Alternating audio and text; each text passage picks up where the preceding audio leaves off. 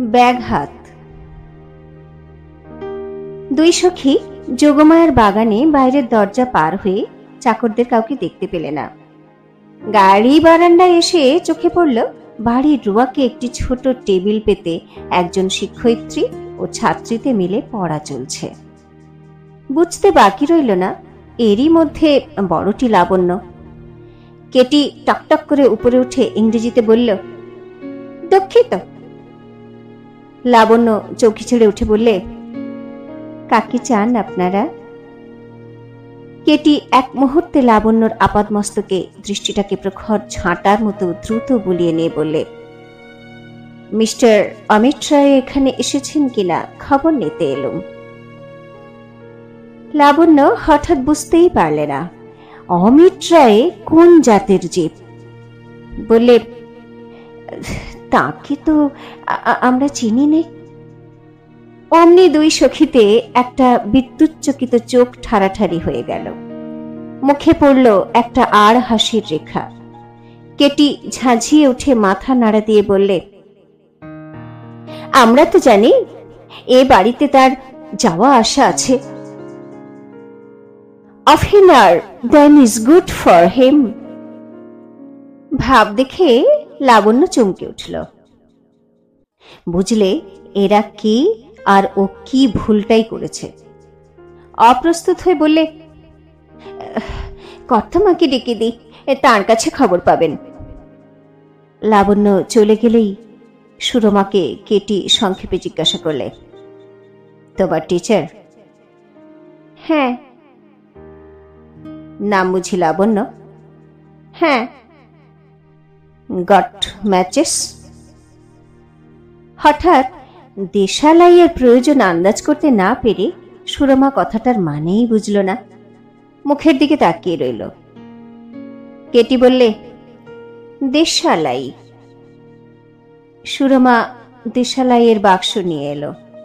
Katie cigarette ধরিয়ে টানতে টানতে সুরমাকে জিজ্ঞাসা করল, ইংরেজি পড়ো? সুরমা স্বীকৃতিসূচক মাথা নেড়েই ঘরের দিকে দ্রুত চলে গেল। কেটি বললে, গভর্নেসের কাছে মেয়েটা আর যাই শিখুক, ম্যানার্স শেখেনি।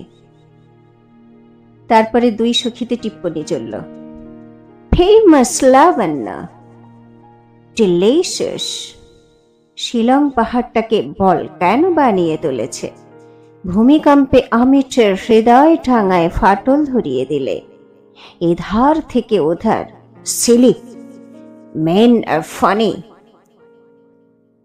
শিশি উচ্চৈস্বরে হেসে উঠল। এই হাসিতে ঔদার্য ছিল, কেননা পুরুষ মানুষ নির্বোধ বলে শিশির পক্ষে আক্ষেপের কারণ ঘটেনি। সে তো পাথুরে জমিতেও ভূমিকম্প ঘটিয়েছে, দিয়েছে একেবারে চৌচির করে। কিন্তু এ কি সৃষ্টি ছাড়া ব্যাপার! একদিকে কেটির মতো মেয়ে, আর অন্যদিকে ওই অদ্ভুত ধরনের কাপড় পরা গভর্নেস। মুখে মাখন দিলে গলে না, যেন একতাল ভিজে ন্যাকড়া। কাছে বসলে মনটাতে বাদলার বিস্কুটের মতো ছাতা পড়ে যায়। কি করে অমিত ওকে এক মোমেন্টও সহ্য করে? শিশি, তোমার দাদার মনটা চিরদিন উপরে পা করে হাঁটে। কোন এক সৃষ্টি ছাড়া উল্টো বুদ্ধিতে এই মেয়েটাকে হঠাৎ মনে হয়েছে অ্যাঞ্জেল।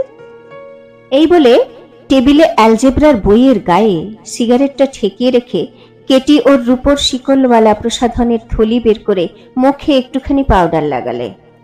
অঞ্জনের পেন্সিল দিয়ে ফুরুর রেখাটা একটু ফুটিয়ে তুললে। দাদার কাণ্ডজ্ঞানহীনতায় শিশির যথেষ্ট রাগ হয় না, এমনকি ভিতরে ভিতরে একটু যেন স্নেহই হয়। সমস্ত রাগটা পড়ে পুরুষদের মুগ্ধ নয়ন বিহারিণী মেকি এঞ্জেলদের পরে। দাদার সম্বন্ধে শিশির এই সকৌতুক ঔদাসীন্যে কেটির ধৈর্য ভঙ্গ হয়। খুব করে ঝাঁকানি দিয়ে নিতে ইচ্ছে করে। এমন সময়ে সাদা গরদের শাড়ি পরে যোগমায়া বেরিয়ে এলেন। লাবণ্য এলো না। কেটির সঙ্গে এসেছিল ঝাঁকড়া চুলে, দুই চোখ আচ্ছন্ন প্রায়, ক্ষুদ্রকায়া ট্যাবি নামধারী কুকুর। সে একবার ঘ্রাণের দ্বারা লাবণ্য ও সুরমার পরিচয় গ্রহণ করেছে। যোগমায়াকে দেখে হঠাৎ কুকুরটার মনে কিছু উৎসাহ জন্মালো। তাড়াতাড়ি গিয়ে সামনের দুটো পা দিয়ে যোগমায়ার নির্মল শাড়ির উপর পঙ্কিল স্বাক্ষর অঙ্কিত করে দিয়ে কৃত্রিম প্রীতি জ্ঞাপন করলে। শিশি ঘাড় ধরে টেনে আনলে কেটির কাছে। কেটি তার নাকের উপর তর্জনী তাড়ন করে বললে, নটি ডগ। কেটি চৌকি থেকে উঠলই না। সিগারেট টানতে টানতে অত্যন্ত নির্লিপ্ত আর ভাবে একটু ঘাড় বাঁকিয়ে যোগমায়াকে নিরীক্ষণ করতে লাগলো। যোগমায়ার পরে তার আক্রোশ বোধ করি লাবণ্য চেয়েও বেশি। ওর ধারণা লাবণ্যর ইতিহাসে একটা খুঁত আছে। যোগমায়াই মাসি সেজে অমিতর হাতে তাকে গতিয়ে দেবার কৌশল করছে। পুরুষ মানুষকে ঠকাতে অধিক বুদ্ধির দরকার করে না। বিধাতার স্বহস্তে তৈরি ঠুলি তাদের দুই চোখে পড়ানো। শিশি সামনে এসে যোগমায়াকে নমস্কারের একটু আভাস দিয়ে বললে, আমি শিশি, অমির বোন। যোগমায়া একটু হেসে বললেন, অমি আমাকে মাসি বলে, সেই সম্পর্কে আমি তোমারও মাসি হই মা। কেটির রকম দেখে যোগমায়া তাকে লক্ষ্যই করলেন না। শিশিকে বললেন, এসো মা, ঘরে বসবে, এসো। শিশি বললে, সময় নেই, কেবল খবর নিতে এসেছি, অমি এসেছি কিনা। যোগমায়া বললেন, এখনো আসেনি। কখন আসবেন জানেন? ঠিক বলতে পারিনি। আচ্ছা, আমি জিজ্ঞাসা করে আসি গে। কেটি তার স্বস্থানে বসেই তীব্রস্বরে বলে উঠল, যে মাস্টারনি এখানে বসে পড়াচ্ছিল সে তো ভান করলে অমিতকে সে কোনো কালে জানেই না। যোগমায়ার ধাঁধা লেগে গেল। বুঝলেন কোথাও একটা গোল আছে। এও বুঝলেন এদের কাছে মান রাখা শক্ত হবে। এক মুহূর্তে মাসিত্ব পরিহার করে বললেন, শুনেছি অমিতবাবু আপনাদের হোটেলেই থাকেন, তার খবর আপনাদেরই জানা আছে। কেটি বেশ একটু স্পষ্ট করেই হাসলে। তাকে ভাষায় বললে বোঝায়, লুকোতে পারো, ফাঁকি দিতে পারবে না। আসল কথা, গোড়াতেই লাবণ্যকে দেখে এবং অমিকে সে চেনে না শুনে কেটি মনে মনে আগুন হয়ে আছে। কিন্তু শিশির মনে আশঙ্কা আছে মাত্র, জ্বালা নেই। যোগমায়ার সুন্দর মুখের গাম্ভীর্য তার মনকে টেনেছিল। তাই যখন দেখলে কেটি তাকে স্পষ্ট অবজ্ঞা দেখিয়ে চৌকি ছাড়লে না, তার মনে কেমন সংকোচ লাগলো। অথচ কোনো বিষয়ে কেটির বিরুদ্ধে যেতে সাহস হয় না, কেননা কেটি সিডিশন দমন করতে ক্ষিপ্রহস্ত। একটু সে বিরোধ সয় না। কর্কশ ব্যবহারে তার কোনো সংকোচ নেই। অধিকাংশ মানুষই ভীরু, অকুণ্ঠিত, দুর্ব্যবহারের কাছে তারা হার মানে না। নিজের অজস্র কঠোরতায় কেটির একটা গর্ব আছে, যাকে সে মিষ্টিমুখ ভালো মানুষই বলে। বন্ধুদের মধ্যে তার কোনো লক্ষণ দেখলে তাকে সে অস্থির করে তোলে। রূঢ়তাকে সে অকপটতা বলে বড়াই করে। এই রূঢ়তার আঘাতে যারা সংকুচিত তারা কোনো মতে কেটিকে প্রসন্ন রাখতে পারলে আরাম পায়। শিশি সেই দলের। সে কেটিকে মনে মনে যতই ভয় করে ততই তার নকল করে। দেখাতে চায় সে দুর্বল নয়, সবসময় পেরে ওঠে না। কেটি আজ বুঝেছিল তার ব্যবহারের বিরুদ্ধে শিশির মনের কোণে একটা মুখচোরা আপত্তি লুকিয়েছিল। তাই সে ঠিক করেছিল যোগমায়ার সামনে শিশির এই সংকোচ কড়া করে ভাঙতে হবে। চৌকি থেকে উঠল, একটা সিগারেট নিয়ে শিশির মুখে বসিয়ে দিলে। নিজের ধরানো সিগারেট মুখে করেই শিশির সিগারেট ধরাবার জন্য মুখ এগিয়ে নিয়ে এলো। প্রত্যাখ্যান করতে শিশি সাহস করলে না। কানের ডগাটা একটুখানি লাল হয়ে উঠল। তবু জোর করে এমনি একটা ভাব দেখালে যেন তাদের হাল পাশ্চাত্তিকতায় যাদের ভ্রু এতটুকু কুঞ্চিত হবে তাদের মুখের উপর ও তুড়ি মারতে প্রস্তুত। That much for it. ঠিক সেই সময়টাতে অমিত এসে উপস্থিত। মেয়েরা তো অবাক। হোটেল থেকে যখন সে বেরিয়ে এলো, মাথায় ছিল ফেল্ট হ্যাট, গায়ে ছিল বিলিতি কোটটা, এখানে দেখা যাচ্ছে পরনে তার ধুতি আর শাল। এই বেশান্তারের আড্ডা ছিল তার সেই কুটিরে। সেইখানে আছে একটি বইয়ের সেলফ, একটি কাপড়ের তোরঙ্গ আর যোগমায়ার দেওয়া একটি আরাম কেদারা। হোটেল থেকে মধ্যাহ্ন ভোজন সেরে এইখানে সে আশ্রয় নেয়। আজকাল লাবণ্য শাসন করা। সুরমাকে পড়ানোর সময়ের মাঝখানটাতে জলপ্রপাত বা কমলালেবুর সন্ধানে কাউকে প্রবেশ করতে দেওয়া হয় না। সেই জন্যে বিকেলে 4:30 বেলায় চা পান সভার পূর্বে এ বাড়িতে দৈহিক মানসিক কোনো প্রকার তৃষ্ণা নিবারণের সৌজন্যসম্মত সুযোগ অমিতর ছিল না। এই সময়টা কোনো মতে কাটিয়ে কাপড় ছিঁড়ে যথা নির্দিষ্ট সময়ে এখানে সে আসত। আজ হোটেল থেকে বেরোবার আগেই কলকাতা থেকে এসেছে তার আংটি। কেমন করে সে সেই আংটি লাবণ্যকে পরাবে, তার সমস্ত অনুষ্ঠানটা সে বসে বসে কল্পনা করেছে। আজ হলো ওর একটা বিশেষ দিন। এ দিনকে দেউড়িতে বসিয়ে রাখা চলবে না। আজ সব কাজ বন্ধ করা চাই। মনে মনে ঠিক করে রেখেছে, লাবণ্য যেখানে পড়াচ্ছে সেইখানে গিয়ে বলবে, একদিন হাতিতে চড়ে বাদশাহ এসেছিল, কিন্তু তরুণ ছোট, পাছে মাথা হেঁট করতে হয়, তাই সে ফিরে গেছে। নতুন তৈরি প্রাসাদে প্রবেশ করেনি। আজ এসেছে আমাদের একটি মহাদিন, কিন্তু তোমার অবকাশের তরুণটা তুমি খাটো করে রেখেছ। সেটাকে ভাঙো। রাজা মাথা তুলেই তোমার ঘরে প্রবেশ করুন। আমি তো এ কথাও মনে করে এসেছিল যে ওকে বলবে, ঠিক সময়টাতে আশাকেই বলে পাংচুয়ালিটি। কিন্তু ঘড়ির সময় ঠিক সময় নয়, ঘড়ি সময়ের নম্বর জানে, তার মূল্য জানবে কি করে? অমিত বাইরের দিকে তাকিয়ে দেখলে মেঘে আকাশটা ম্লান, আলোর চেহারাটা বেলা 5টা-6টার মতো। অমিত ঘড়ি দেখলে না, পাছে ঘড়িটা তার অভদ্র ইশারায় আকাশের প্রতিবাদ করে। যেমন বহুদিনের জোররোগীর মা ছেলের গা একটু ঠান্ডা দেখে আর থার্মোমিটার মিলিয়ে দেখতে সাহস করে না। আজ অমিত এসেছিল নির্দিষ্ট সময়ের যথেষ্ট আগে, কারণ দুরাশা নির্লজ্জ। বারান্দায় যে কোণটায় বসে লাবণ্য তার ছাত্রীকে পড়ায়, রাস্তা দিয়ে আসতে সেটা চোখে পড়ে। আজ দেখলে সে জায়গাটা খালি। মন আনন্দে লাফিয়ে উঠল। এতক্ষণ পরে ঘড়ির দিকে তাকিয়ে দেখলে এখনো 3:20। সেদিনও লাবণ্যকে বলেছিল, নিয়ম পালনটা মানুষের, অনিয়মটা দেবতার। মর্তে আমরা নিয়মের সাধনা করি, স্বর্গে অনিয়ম অমৃতে অধিকার পাব বলেই। সেই স্বর্গ মাঝে মাঝে মর্তেই দেখা দেয়, তখন নিয়ম ভেঙে তাকে সেলাম করে নিতে হয়। আশা হলো লাবণ্য নিয়ম ভাঙার গৌরব বুঝেছে। বা লাবণ্যর মনের মধ্যে হঠাৎ আজ বুঝি কেমন করে বিশেষ দিনের স্পর্শ লেগেছে। সাধারণ দিনের বেড়া গেছে ভেঙে। নিকটে এসে দেখে যোগমায়া তার ঘরের বাইরে স্তম্ভিত হয়ে দাঁড়িয়ে, আর শিশি তার মুখের সিগারেট কেটির মুখের সিগারেট থেকে জ্বালিয়ে নিচ্ছে। অসম্মান যে ইচ্ছাকৃত তা বুঝতে বাকি রইল না। ট্যাবি কুকুরটা তার প্রথম মৈত্রীর উচ্ছ্বাসে বাধা পেয়ে কেটির পায়ের কাছে শুয়ে একটু নিদ্রার চেষ্টা করছিল।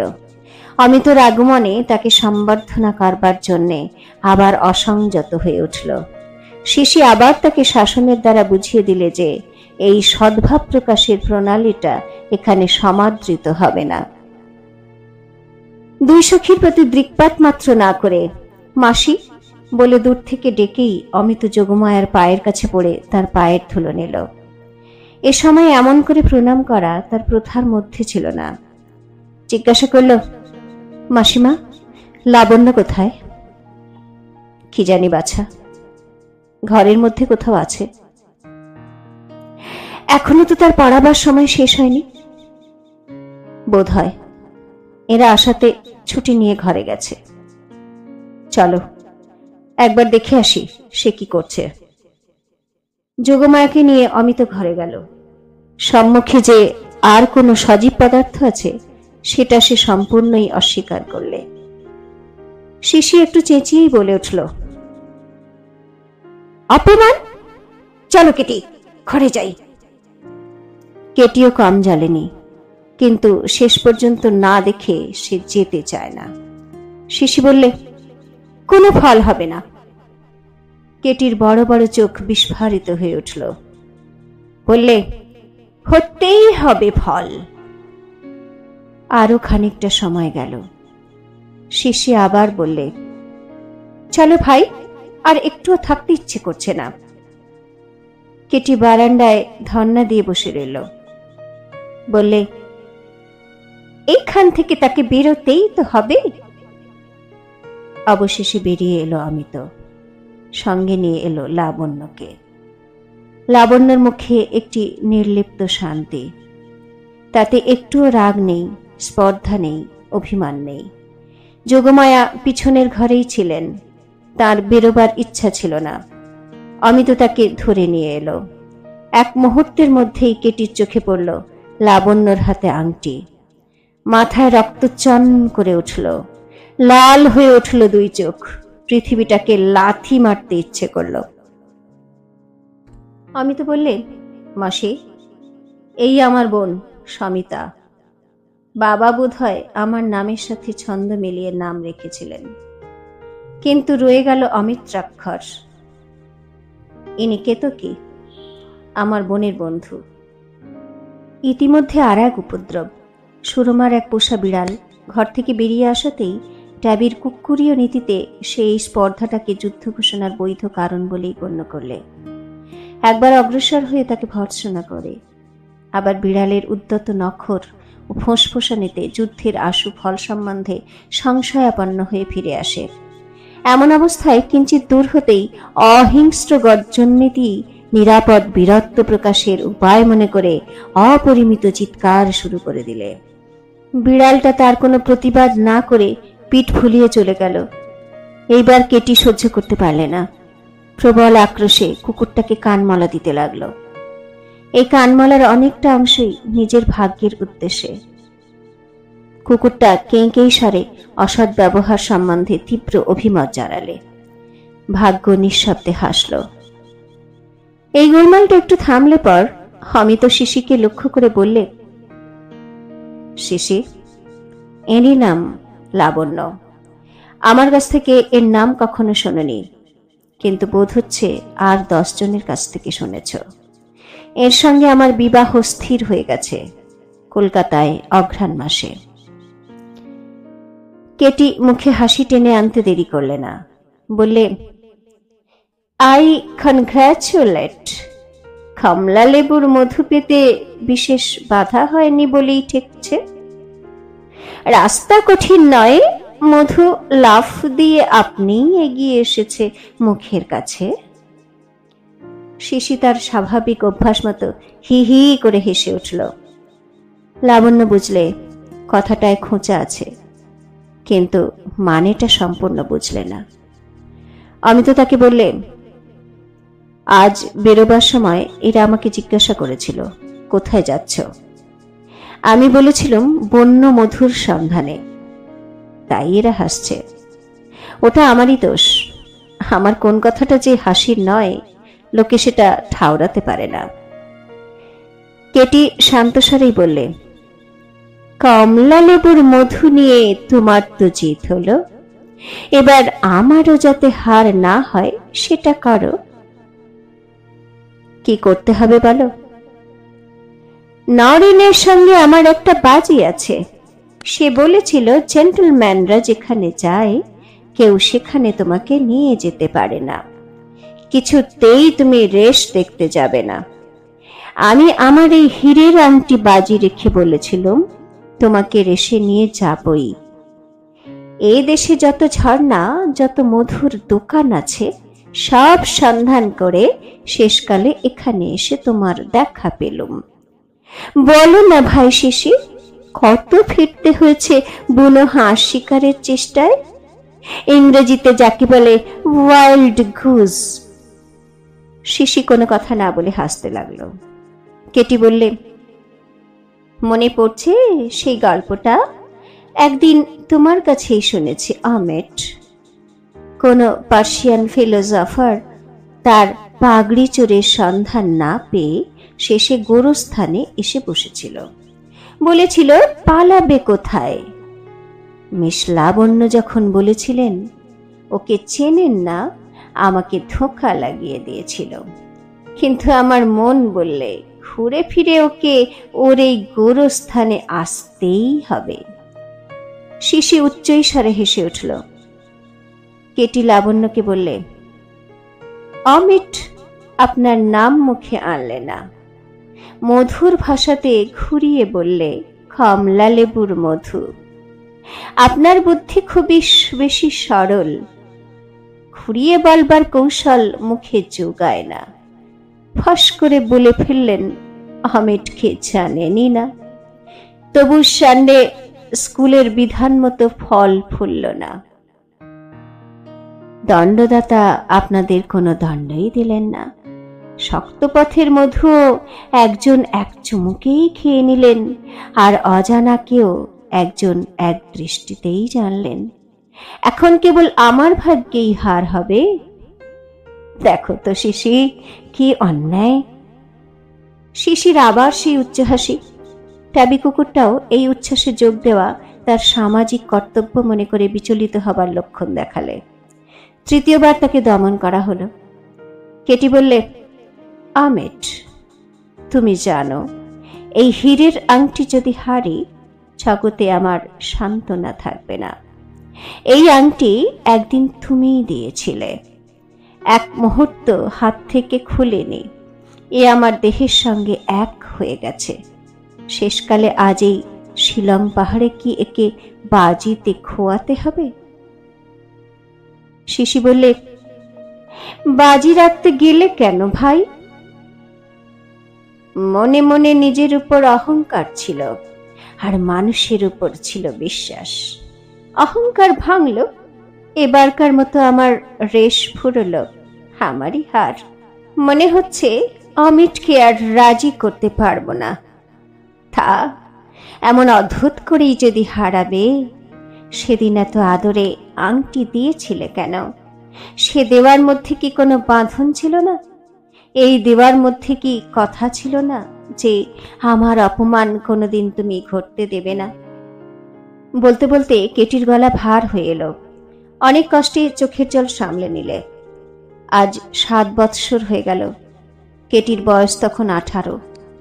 সেদিন এই আংটি অমিত নিজের আঙুল থেকে খুলে ওকে পরিয়ে দিয়েছিল। তখন ওরা দুজনেই ছিল ইংল্যান্ডে। অক্সফোর্ডে একজন পাঞ্জাবি যুবক ছিল কেটির প্রণয়মুগ্ধ। সেদিন আপোষে অমিত সেই পাঞ্জাবির সঙ্গে নদীতে বাজ খেলেছিল। অমিতরই হলো জিত। জুন মাসের জ্যোৎস্নায় সমস্ত আকাশ যেন কথা বলে উঠেছিল। মাঠে মাঠে ফুলের প্রচুর বৈচিত্র্যে ধরণী তার ধৈর্য হারিয়ে ফেলেছে। সেই ক্ষণে অমিত কেটির হাতে আংটি পরিয়ে দিলে। তার মধ্যে অনেক কথাই উচ্চ ছিল, কিন্তু কোনো কথাই গোপন ছিল না। সেদিন কেটির মুখে প্রসাধনের প্রলেপ লাগেনি। তার হাসিটি সহজ ছিল। ভাবের আবেগে তার মুখ রক্তিম হতে বাধা পেত না। আংটি হাতে পরা হলে অমিত তার কানে কানে বলেছিল, tender is the night and happily the queen moon is on her throne. Katie তখন বেশি কথা বলতে শেখেনি। দীর্ঘ নিঃশ্বাস ফেলে কেবল যেন মনে মনে বলেছিল, মন আমে, ফরাসি ভাষায় যার মানে হচ্ছে বধূ। আজ অমিতর মুখেও জবাব বেঁধে গেল। ভেবে পেলে না কি বলবে। কেটি বললে, বাজিতে যদি হারলুম, তবে আমার এই চিরদিনের হারের চিহ্ন তোমার কাছেই থাক অমিট। আমার হাতে রেখে একে আমি মিথ্যে কথা বলতে দেব না। বলে আংটি খুলে টেবিলটার উপর রেখেই দ্রুত বেগে চলে গেল। এনামেল গড়া মুখের উপর দিয়ে দাঁড় দাঁড় করে চোখের জল গড়িয়ে পড়তে লাগলো।